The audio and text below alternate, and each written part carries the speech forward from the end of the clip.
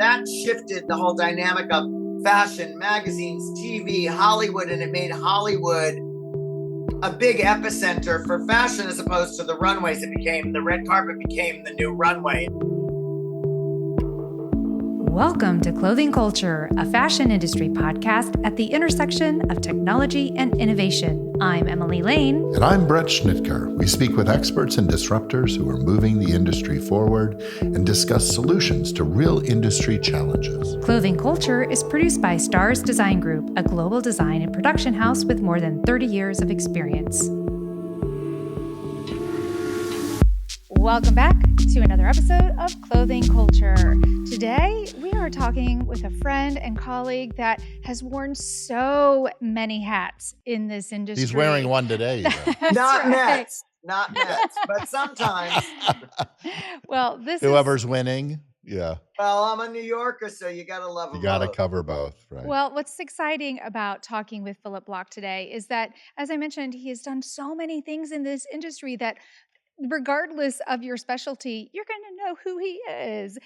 Phillip, you started your career as a model, working for some of the most amazing brands such as Jean-Paul Gaultier, John Galliano, Comme des Garçons, Yves Saint Laurent. I mean, we're talking about some of my personal favorites. Yeah. You've been accredited to bringing glamour back to Hollywood. You've styled tons of red carpet experiences and even known to have styled 10 people at a time at the Academy Awards, which 13, but who's counting? Oh my gosh, I can't even imagine. Not producers and agents, mothers and stuff. I just read something recently and someone was like, I did 13 people for the blah, blah, Met Gala. And it was like, well, yeah, but you were doing like managers and agents. And it's totally different than when you're dressing like on camera talent that are presenting or nominated. Anyway, right. For sure. Keep going. Major celebrities, to say the least. Let's see, you're an actor, you're a designer, you're a TV personality, you're an author, you've shared your commentary and voice on major shows like Oprah, Good Morning America, MTV's House of Style. I mean, I could just go on and on and on and Dateline this last week. Dateline. It's just isn't that a murder show? Don't they do a Dateline murder show? Who did you kill? I didn't kill anybody, but I know where the bodies are hidden. Oh, okay, there you go. I think we've talked a little bit about this. Yes, that's right. This will be a whole we'll other digress, podcast. Other exactly. Podcast, yeah. Another podcast. So, Phillip, welcome to this conversation. Welcome to our podcast. We're so excited to have a conversation with you today. I kind of want to start at the beginning of your career, working with so many legendary designers and publications throughout Europe and being a model. How did this shape your approach to styling and creativity? I didn't even know there really weren't stylists per se when I started. I started in the late 70s, early 80s, like 78, 79, 80. And so there really weren't stylists. There were magazine editors. There were, but it wasn't really a thing, and it wasn't anything anybody knew of. It wasn't a desirable career. It just didn't exist. So anyway, I was always influenced by fashion and growing up, but I obviously wasn't sophisticated enough to know it. Well, Comme des Garçons came to America in the Japanese explosion, and that was the early 80s, so it didn't really exist before then. So I was at the beginning of that. But I think, luckily enough, I was unique, and the fashion had been the way it had been for many years, and fashion always changes and progresses. But in the 80s and 90s, I believe, was kind of the end of that. We still progress, and we have so many cool designers and amazing, but kind of everything that could be done has sort of been done. The silhouettes are the silhouettes. People wear what they wear. We have a lot more technological advances, but creativity, like design-wise, we're kind of seen it all, for lack of a better word. And not that we won't always keep reinventing, and with new technologies, there'll be more, but the silhouettes are kind of what they are. Long story short, when I started in the modeling, all the models were very white, blonde hair, blue eyes, 6 foot tall, 40 regs, and I wasn't that. Mm-hmm. And so I was very fortunate to come to the business in a time where there was change, where people like Rei Kawakubo and John Galliano and Jean-Paul Gaultier were the change. They were breaking the norm. They were groundbreakers and trailblazers, and ended up becoming one as well because of them. They recruited me to be part of their teams and to be a model for them and represent them. So it was very interesting to be in the business in the time. Oop, I found something on my shirt. In the time of groundbreaking and transformational change, and those changes still hold true to the industry now. And it's so interesting because we see a lot about diversity in the culture and diversity in modeling. And so I really was part of a groundbreaking part of modeling, changing height, size. Um, Everybody didn't have to look the same. But it's interesting, in the 40 something years since I started, there's still diversity. Like now, I'm part of a new generation of change, which is my agency. I'm with Major Models, and it's era models. And now all the older models are back working again. Because in the 80s, you couldn't be 60 years old and work, or 50 years old and work, or 40 years old and work. Everybody was in their 20s. Maybe some of the guys could go into their 30s or 40, but not really. And the girls really couldn't get to 30 and keep working. It was very hard. But now, ironically, I'm still part of change, even at this era of my career. And obviously, we see so many new designers and so much creativity. So I really feel blessed to be a part of such a flow of creativity from the modeling side of the industry and from that part of it. That's Mhm. amazing. I was gonna start doing a model myself, but Weight Watchers went out of business. I was gonna do But all the now, before pictures now of the Weight there's Watcher diversity. magazine. It's all about full size. And, I know some plus size or full size or curvy. Maybe you prefer that. I'm Curvy curvy, but that's models. just my head, so Curvy. So that's kind of interesting. I love the ongoing evolution that we've seen with inclusivity and diversity on our runways. Hollywood isn't always known for such a diverse range in body styles and so forth. Like more so they're lately, but yeah. Again, yeah, again, now it's changing more. But the thing that happens in fashion that I think is very interesting compared to film or entertainment and that other source, um, we're very cyclical. I noticed that fashion is very cyclical. Like right now, the tall, very thin African model, not Black Americans, not Black Latinos, but the African look is in that tall, thin, very androgynous. The boys look like the girls. The boys are like 6'4" and they weigh 120 pounds, and the Mhm. girls are the same. They're just like long, long limbs. Like we're very in that phase right now, and then another time we'll be in an all blonde phase. So we have diversity in general in the industry, and in the commercial end of the industry, the Targets and the J. Crews and the Gap are all over the place with who they're using in their ads. But the high end fashion, the Comme des Garçons, the Saint Laurents, they're all really still into the very thin, thin, thin, tall Mm. African androgynous kind of innocuous and androgynous. So you had this kind of amazing career as a model. What made the shift from model to stylist, and what was your most interesting relationship with in your stylist career? Was there one that stood out? Was there a story that seemed Well, the more shift interesting? came, but with time. Again, as I was saying, you couldn't really, as a model, you get a few years depending on your look and how changeable you are, how you change as you grow. Do you look older? Do you look younger? Whatever. So, my peak was like the mid '80s, and then you kind of have the years leading up to your peak, and then you have your peak of 2, 3, 4 years where all the designers use you. You get to do the big magazines if you get that lucky. Some people that never happens. Some people just do catalog their whole career, and they could work for 10 years just doing catalog all the time and make all the money. So it depends what part you're in. Long story short, for me, I'd reached the end. I was very editorial, very commercial. I worked a lot as a teen, like jeans campaigns. So I had reached the platform of that, and I wasn't really looking a lot older. So I'd done all the jeans campaigns. I'd done everything I could kind of do in my age range, and I wasn't really looking older. So I was kind of at the end of where I could go.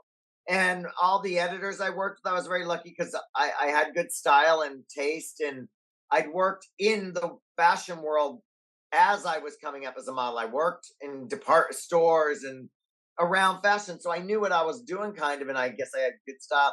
So the my editor Sasha Gambaccini and the very, very, very well renowned Franca Sazzani, who kind of ran Italian Vogue, and she was very iconic all the way up until a few years ago when she passed away. And there's a great documentary about her, Franca Sazzani. Her son is married to Anna Wintour's daughter, as a matter of fact. Mm. And so they, There's a retail royalty marriage, yeah, Mm. yeah, right? yeah, Yeah. exactly. Some fashion royalty, Yeah. like Corinne Rothschild and her family. Anyway, um, so they suggested I become an editor and a stylist, and I was like, oh, what's a stylist? And they're like, well, it's an editor, but not working with the magazine full time. So that's how I made the switch. And I came to New York. I worked as the I left Europe. This was kind of 89, 90.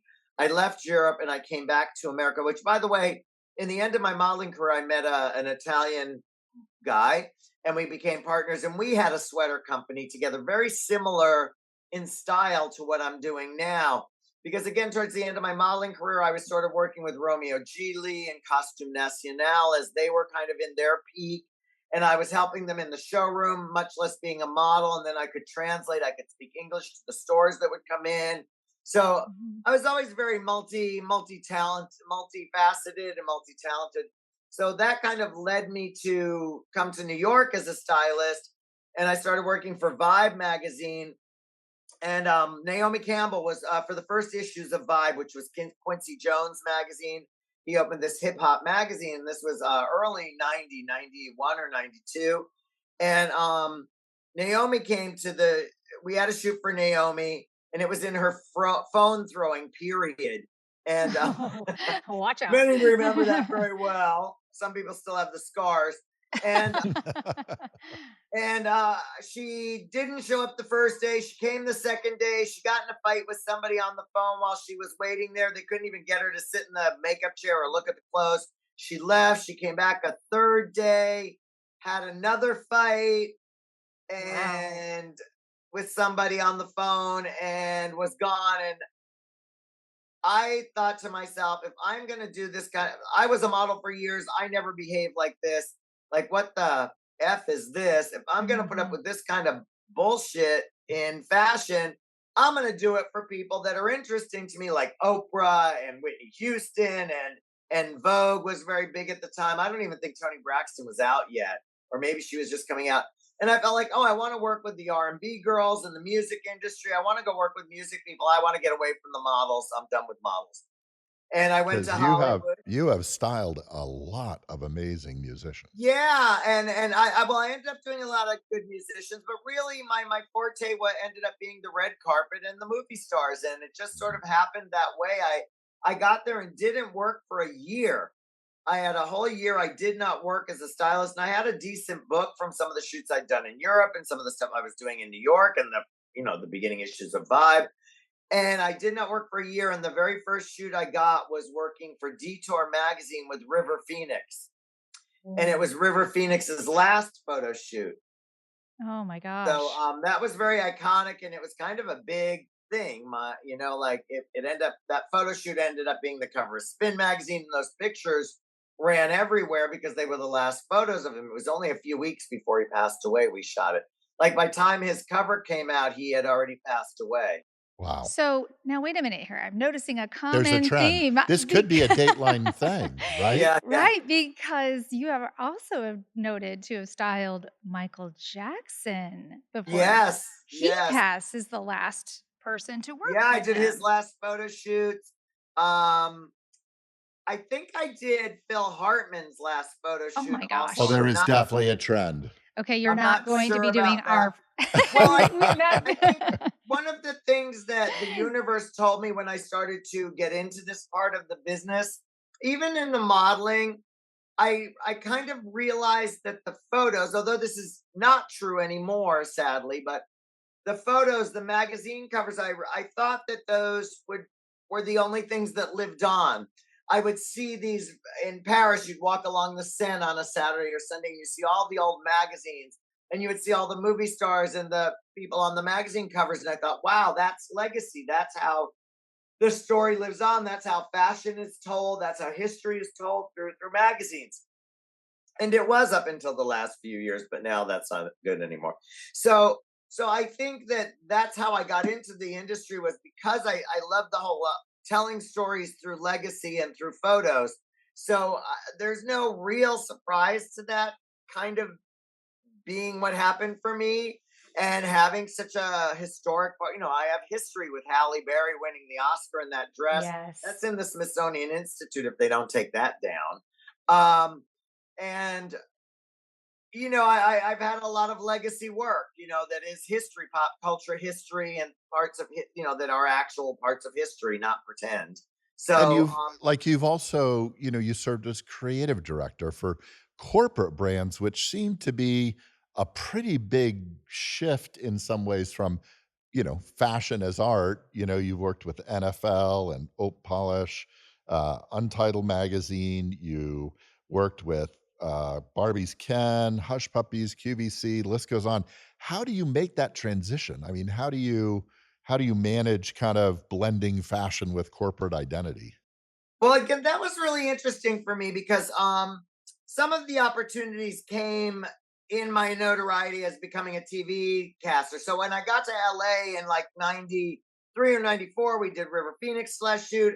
And then in 96, I styled those 13 people for the Oscars. And that shifted the whole dynamic of fashion, magazines, TV, Hollywood. And it made Hollywood a big epicenter for fashion, as opposed to the runways. It became the red carpet became the new runway, and we still live in that time. Really, runways are big, and they exist still, of course, and that's how designers show. But the celebrities and the red carpets are huge now, and that started putting me on the map as people knowing me as a celebrity. Like Kevin Aucoin and I were kind of at the same time, and so the two of us were really the sort of first behind the scenes people that became known. The first, Mhm. hair, makeup, behind the scenes glam squad people that kind of became known to the public, really. Yeah, you knew Vidal Sassoon because he created a product, or, many of the names we know in the industry are because they were.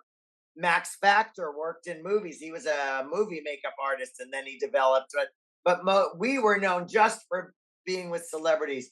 And so I started on MTV in 1996. Right after that, 13 people in that same period, I started on House of Style, and then I was doing E and all these other TV things. So that brought the opportunities. That Yeah, brought the Hush Puppies thing. It brought the Ken doing a makeover for Barbie because they had been that's together 30 great. years, and I got to give Ken a makeover. How do you think the role of stylist has changed from the whole industry has changed pretty remarkably. Do you see? Well, there was no stylist really in the 80s. Right, No, there was. right. There were stylists before me, but because I had the TV exposure, and that came from the lack of fear in front of the camera and the comfortability in front of the camera. So the industry has changed, that stylists are everywhere now. They're a dime a dozen if everybody's a stylist. So that's kind of that change happened. Yeah, for sure. Yeah. Hmm. It's so sad and insulting, and I think that there's no filters on that career. There's no umbrella, like there's no union, there's no anything. So everybody just says they are. And taste is so subjective. A lot of people would rather save $100 and hire somebody that has no taste because they don't have any taste. That's the whole point of hiring somebody to be your stylist, is because this is something you're not great at. Hire the best, which I learned from Michael Jackson. He had a great comment about that. But the point being is, I just think the industry is, there's so many people that don't know what they're doing involved in the industry now. Unfortunately, that was the problem of social media. Back in the day, there were walls, and the man protected the industry. The walls were around the industry, and they had to say you could come into the industry. The powers that be had to let you in for whatever reason it was, and social, that they liked you, and so I always say I'm kind of the last of that kind of part of the institution. I'm in that last wave. Like, I came in because of TV and becoming famous and blah blah. And I was doing the job and being known for the job, the credibility and the success of what I was doing in my job. Now, if you can get on TV, then you're famous and you're accredited. If you don't actually have to do the job well. It's about faking it till you make it or pretending. So now I just think there's so many people that want to be are in the middle of it, and then there's no barriers really stopping other than good taste, and we know there's a shortage of that. How have you balanced through the years, once you became a personality, a celebrity, how do you balance that with, being a fashion expert? Oh, I know. I think I'm very unbalanced. As We all are. This is the soon as I business, figure out right? how to Yeah. fix that and carry all that stuff, Um, I have a great knack for multitasking. I think I've always kept track of. I have a lot of my friends, most of my friends from elementary school and high school, and I'm a friend collector. So I never. I think one of my important things I learned really early on. I saw the movie Notting Hill, which I actually did the video for with Elvis Costello for the song "She," and which was so funny. We did the video for the song, and nobody even knew what the movie was. And we knew Julia Roberts, but that was like kind of her second or third movie, so it's sort of like, oh, well, who knew? And we did this video for this movie, but we didn't really see the movie it was coming with. We knew it was Notting Hill, but we didn't know much. But anyway, the movie became big. In the movie, she says this line, and she says, I'm just a girl standing in front of a boy. But that's Yeah. not the Right. line that really meant something to me. The line for me was, the fame thing isn't really real. In a few years, I'm just going to look like somebody who used to be famous. And Wow, that's pretty Ooh. powerful. it's very, very powerful, especially I'd already been working with Salma Hayek and Jennifer Lopez, this person, that, and people would always come up to us in places. And even by that point, I was starting to get known. They're like, oh my God, you look like that guy that's on TV. Oh my God, you look like Salma Hayek, but you're so much shorter than her. Oh, you look like the fashion guy, but he's more handsome than you. Or people just always say these really weird things to you. So I really realized early on the fame thing wasn't real. I knew that Hollywood people were not really my friends. That they're business friends, there's fashion friends. I have a lot of friends in the industries, Yeah. entertainment, Mhm. sports, fashion, creativity, but they're not your always your friends. A lot of times there's this lovely little saying that they like to say in the business. And I always say, when they say that, make sure you're sitting down because someone's going to try and F you.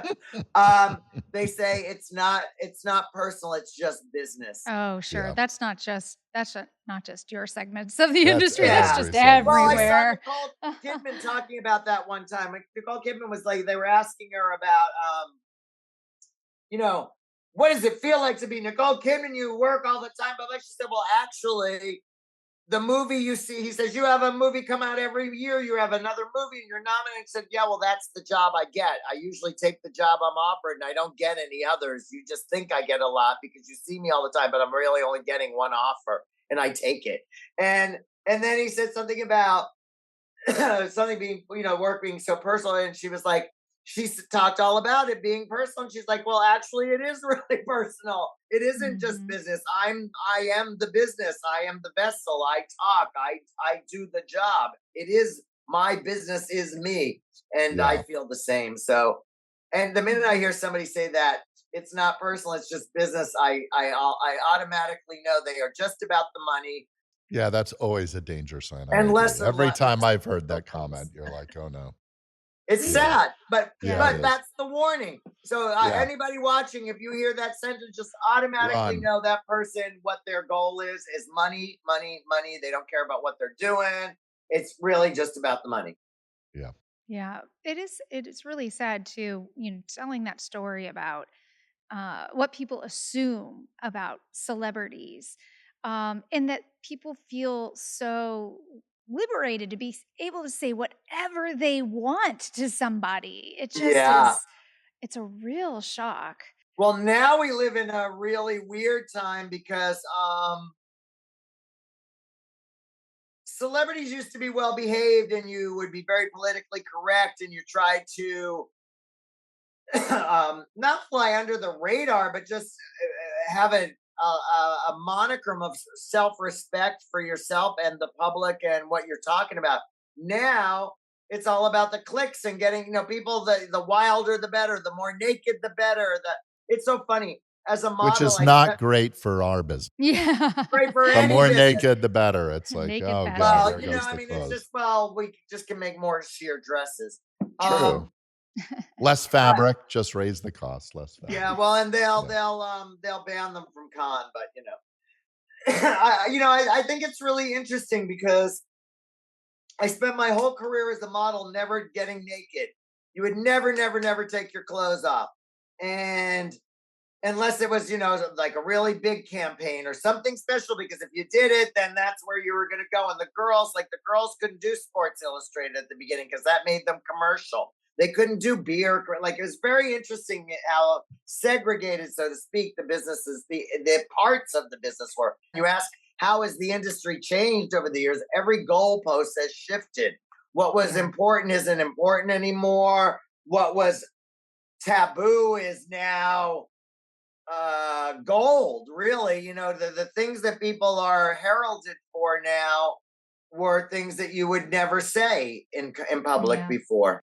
So as the goalposts have changed, what are you doing as a Renaissance guy to always reinvent yourself with these new goalposts? Oh, I What's tell going people on? about themselves all the time. Sorry, can I say that? Of That's a good thing. See, I'm course. not on TV anymore. I No, couldn't say You that can on say TV. it. That's no. right. Well, I I do couldn't know, say that Philip. on TV, but now I can. No, I think it's important to change with the times. I mean, constantly changing, constantly reinventing. I'm always doing different careers. I stay true to myself. The great thing is I was beyond the goalpost. So the Right. funny thing is I was a groundbreaker. I was a rule breaker, a trendsetter. I did all that ahead of everybody. And now I'm almost the conservative one. I feel like sometimes, I see some of the stuff people wear and some of the stuff that I'm just like, oh my God, it's so desperate for attention. It's so out there. So I think I was so far beyond the goalposts in the 80s and the 90s and even in the, 90s, I got to Hollywood before style in Hollywood really connected Mhm. again. And so I think I'm fortunate in the sense that I've always pushed the goal, so I continue to, and I think the rest of the world just caught up to me.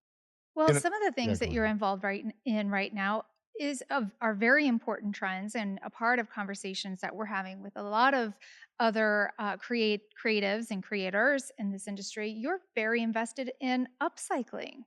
Yes, yes. Well, that's so funny, and I just launched a couple of years ago, 3 years ago. I launched a sustainable cashmere collection, eco-friendly, and people were And the name of the collection? omniscient things. Great. That's a wonderful name.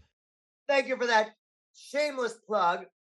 Sorry, I get a little tickle. Omniscient Things by Phillip Bloch, and we sell online. We sell a lot of great stores around the country, and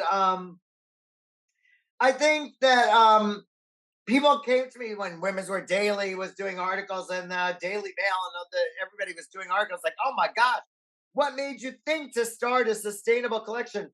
Well, in 1996, when I was doing MTV and going into people's closets, that's what I was doing. I would go to Walmart and take a shower curtain and turn it into a skirt, or we'd take a bedspread or a sheet and turn it into a gown, or we'd go into someone's closet and take a dress and turn it into a top and put it with the towel. And, like, Hmm. I've just always done that. I've always been reinventing and reinterpreting and reinvigorating fashion. And I think if you're creative, you're creative. The interesting thing about myself, and I never really have talked about this, so this is something really unique, and I want to speak of it more. I'm extremely as creative as I am, and you know me well enough to know as technically challenged as I am artistically challenged. I can't paint. I can't draw. I write like I'm in third grade. I don't think I passed first grade writing. I have no hand to eye coordination whatsoever. I can't sew really. I can, but I don't really have. This is a great plug for his new sweater line right now. The stuff is beautiful, so somehow, I say, despite Very all much of so. that, I Yeah. say Philip, this to say though. I say it because a lot of people think, oh, I can't do this because I can't paint. I can't draw. I can't. make a pattern. I can't sew. I can't this. I can't be a designer, but you can. It's the raw talent. The interesting thing is now the technology is there, and we can talk about technology in other ways that we're there now that finally, and some people now can get in and over the wall because they have the technology. They can make their own show. They can make their own fashion show. They can take pictures of themselves and AI them and airbrush them so they look like Cindy Crawford and whatever helps them sleep at night. I don't know. All I know is when I go to sleep at night, I look like this. When I'm on camera, I look like this. Mhm. I don't know how they do it, how they think that's okay, because when people really see you, they're going to know. But the point being is, if you have the raw gift, the talent, the passion, you can do anything. That's why I tell that story. And I've never really said it in that way before until now, but you don't have to be creative. You don't have, like, I never really passed school. I never really passed sewing classes or pattern making classes. I didn't pass any of that shit, but But I learned it in life. the thing that you have that I've heard a couple times throughout our conversation is you had intention and Yeah. determination. You said, "Hey, I want to dress these people," and you got out there and did it. Well, and I Yeah. think let's not or undercut the aesthetic aspect. You know, Mhm. a great Yes. stylist understands aesthetics. You can look at a garment, you can look at a person I have a and great eye. understand what looks good. You have a great eye. I have a Yeah. great eye. Even in my Yeah. worst time when I had eye surgery and I was blind in one eye, I Then you still really had had better. just one great eye. I had one great eye better than anybody else's three in That's the right. room or four in the room. Like it Yep. was very funny, you know. Like it was funny. Even in a blind state, I could see things in a certain way and differently. And I was like, no, let's put this with it. Like it's a gift. When you have a gift, I think what people have to really understand is the difference between thinking you can doing something, knowing you can do something, and just actually having a gift. And and it doesn't matter whether you're a cleaning person or you're a subway conductor or whatever job it is, bus driver. You have to really feel it, and like that Milton, I think it's that Milton Berle saying, "If you do something you'll love, you'll never work a day in your life." Yeah, that's for And I think sure. it's along that similar aspect. Like you have to do what you're really called to do, and then you should be doing it. It'll Yeah. work. That's great advice for anybody looking to get into the industry or transition in our space. Is there I mean, we anything see so that many people that are famous singers or famous musicians, and yet they really can't sing. And then you look at a show like The Voice or American Idol, and you just see these people up there, and you're like, oh my god, like six of those contestants are better than the four judges.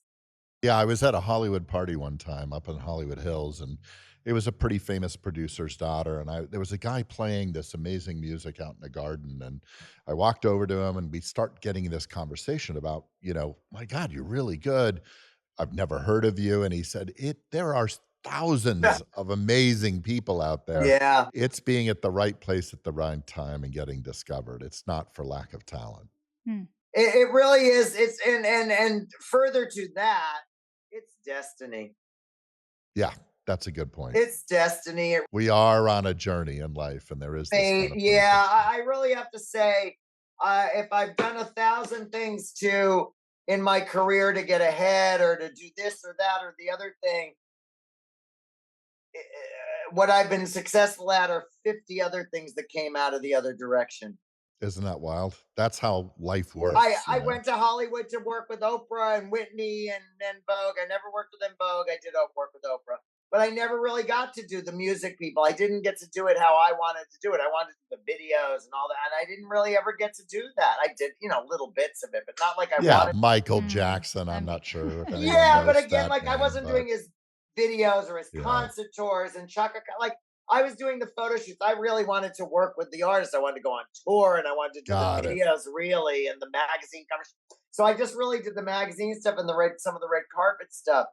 So again, I say it to say like destiny as a I make a plan. I went to do one thing and it ended up being something completely different. I didn't go there thinking, oh, I'm gonna change Hollywood and make red carpets fashionable. I just thought I'm going to go there and do, you know what I mean? Like, And the same Mhm. thing in the modeling industry, all of it. You never know what you're going to end up doing. You just go in and do it with the best intention and integrity, intention and integrity. Hear Yes. that, folks? There's words you don't hear very often anymore.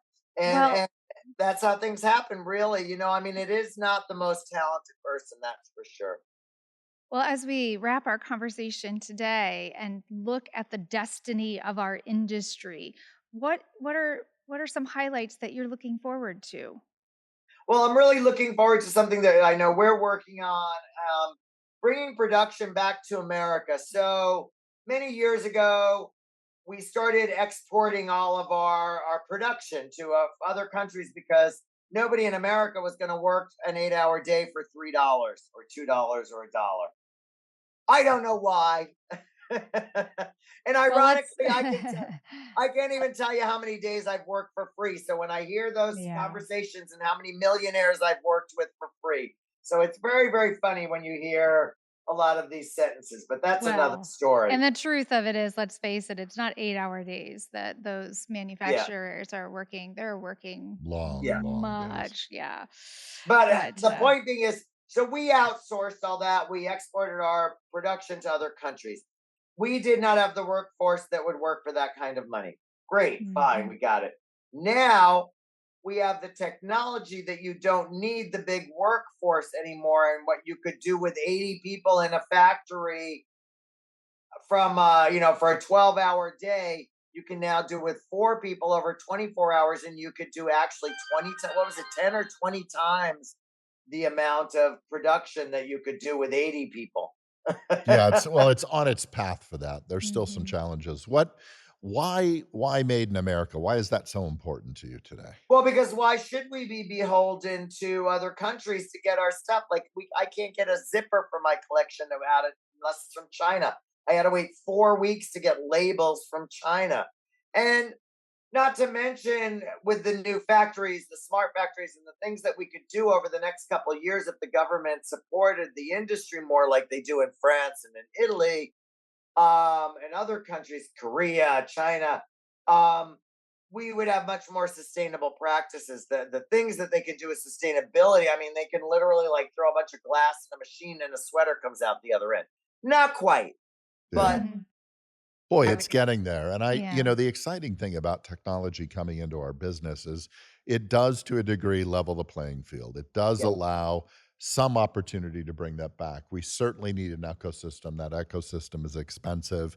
It may take a little while to come, but And there's some no investment. reason. Yeah, well, investment for sure. But there is no reason that a segment of that business shouldn't come back. We all celebrate better, these better collections. If you eliminate fast fashion, you eliminate, low end product, and you really focus about the segment of the industry that cares about what they're wearing, which you spent a lot of years in, that business should be able to come back to the US with technology and we can do some amazing things. well, the problem I think is, and again, I haven't really talked about this a lot except to everybody that will listen. Uh, You've been on a few um, news channels lately talking Yeah, about we've heard this. you talking. yeah, Yeah. that's to a few million people. Um, I think that the fast fashion is great in the sense that you can go get a shirt for $50 at Zara now, but even that's all gone up. I mean, let's face it, a couple of years ago Mhm. you were buying a good cute shirt for $29. Now it's already 50. The problem is the better brands like my own. So there came this like mid-level high brand like the Catherine Melandrinos and even BCBG kind of worked themselves into that level. The Theories, the Ely Taharis, like they're not fast fashion because you're spending several hundred. Alice and Olivia, price wise, those are all at kind of the middle range of that. You're spending six and seven and $800 for a piece of clothing, and that's not even high end fashion anymore. No, that's kind of considered better, right? It's Yeah, better. yeah. So Yeah. better fashion is kind of there, and that should be really high end fashion price wise. I mean, the fact that you are paying some of the prices that you have to pay for some of the stuff that we pay is just extraordinary. Now, I know when you get into gowns and beading and these one of a kind things, um, A they lot can more be labor. more. A Yeah, lot more more. labor, a lot more materials, yeah. Yeah, but Yeah, what and just but what we're finding really wildly, Philip, is that in talking to designers that are creating these really beautiful pieces, one of a kind, hand done or done with a small atelier, they're actually charging less in some cases than these kind of better Mm. brands that are doing really mass produced offshore. It oh just well, seems like a very big imbalance, honestly. interesting enough, like my beaded cashmere sweater would be $1,300, $1,500 at the most, or in that price range. And what my sweater would be at Gucci or at Dolce or at Oscar de la Renta would be easily 2,800, Yeah. more than double. McQueen, Uh, 2,800, 3,500, something yeah, like and that, Mhm. yeah. easily into the 3,000 range, 4,000. Yeah, easily, easily, easily. And your sweaters in your collection, like, of a particular style, how many are you producing? Mine are all limited edition. So I take the sweater and I remove either the sleeves or the front, usually sometimes the back, and we put like these great vintage fabrics in there. Or so we have the beaded ones, which are the more expensive. Those tend to be in the thousand to 12, 13, 1400. But those are like total, like one of those are what usually one of a kind. So that's insane for that price. Yeah, Mhm. yeah, and they're great because you could throw them on with jeans or a legging or a ball gown skirt. You I could wear them don't to Trader Joe's or to the Oscars. Yeah, my hope is we can help the fashion industry distill the difference between these levels of apparel because, a one of a kind piece, things that people are working diligently on and you're the only one that has it, we've lost track of the fact that that a Valued should be greater. valued, Yeah. and people Yeah, just don't understand the that's differences. lost in the mass. That's Yeah, lost in the masses. The funny thing is the people that appreciate that are the people that get the shit for free. Like the movie that's stars funny. really appreciate the one of a kind because they don't want anybody else wearing what they're wearing. And that kind of was where I got the inspiration early on because a lot of my clients, like, the Gucci's and the Louis and the Chanel's and this, they'll stay, they have the girls that they love and they send them free shit all the time. And especially Gucci, I had to say to I remember one time I was working with Cindy Crawford on something and she got the velvet burnout shirt with the G's, and it was in a velvet burnout. They did burgundy and brown and black and whatever. And she got the shirt. And I was like, oh my God, I love this shirt. I saw it in the fashion show. And those were the days where, it took a few months after the show to get it, but they sent them out to all their VIP people. And she was like, oh my gosh, should I wear this, you know, um, this weekend or should I wear it in 3 weeks? I have that event. Da, da, da. I think it could be really perfect for that. I was like, no, actually, you got to wear it this weekend because by 3 weeks from now, everybody that got one Everybody. will have worn it. Yeah, Yeah. right. So Good either you wear it strategy. this weekend or put it away and bring it out in 5 years because in 3 weeks, everybody in Hollywood will have worn it, one color of it, another color of it. Like it's going to be too everywhere. And she wore it that time and then she put it away for 5 years. Boy, I'd love to get my hands on that now, right? Yeah, yeah, Yeah. exactly. Well, it's very funny. Some of my Oh, celebrity clients have their daughters now have worn gowns that they've worn. There you that's so go. cool. Recycle, right? Next Yeah, Lisa generation. Rinna went to the absolutely. Oscars. Harry was very good friends with Sidney Poitier, and Sidney was being honored. I think it was Sydney. Yeah, Sydney was being honored, and he invited Lisa and Harry to go to the Oscars 20 years ago when she was pregnant with one of the girls, and I think was it Amelia or anyway, she was pregnant, and long story short, the day of the Oscars, the baby had moved. Harry had to get these wire cutters. It was a Versace dress. It was turquoise, so Oh. beautiful. But we had to get wire cutters to get it over her tummy Oh. because the back had this metal mesh. Anyway, Harry saved the day. And just recently, her daughter wore that dress that her mother wore, Lisa Oh Rinna my wore Oh, god, that's that's pregnant. pretty cool. The that's Oscars, great. she wore it. And Selma Hayek, the same thing. Her daughter Valentina wore a dress that Selma wore to a gala. Wow. See? Super fun. Yeah, What goes Insight. around comes really around. meaningful. Yep. Well, thank you so much, Philip, for sharing parts of your story. There's so many facets of your story. I know we can't get to it all in one It's a book. conversation, but No, I know. It's like but a it was limited series. yes, but it was really great to get behind the scenes of Philip Bloch. So thank you for joining us. Thank you for joining us Always today. grateful when I can get on the call. Of course. That's half Uh, the battle. Thank you to all of our listeners. And don't forget to subscribe to stay apprised of upcoming clothing culture conversations. Thanks, Philip. Take care. Bye. Bye.